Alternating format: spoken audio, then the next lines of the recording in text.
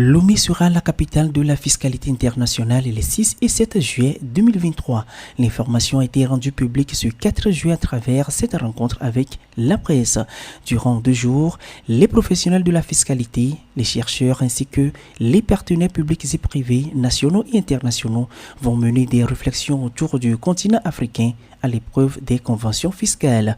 Il s'agira entre autres pour les participants, à travers une trentaine de communications, de revisiter les impacts des coopérations fiscales sur les exonérations. Le colloque est une rencontre sur la problématique de la coopération fiscale en termes de recouvrement, en termes de contrôle, en termes de poursuite, s'agissant de l'évasion fiscale, de la fraude fiscale et de la coopération des États, des techniciens du domaine sur le sujet.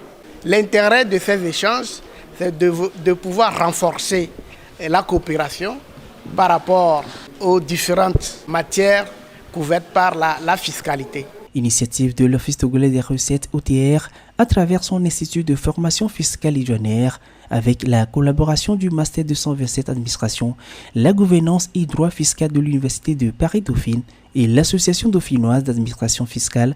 Ce colloque international à vocation scientifique s'inscrit dans le cadre du dialogue interprofessionnel sur la fiscalité qui sera à sa 2e édition cette année.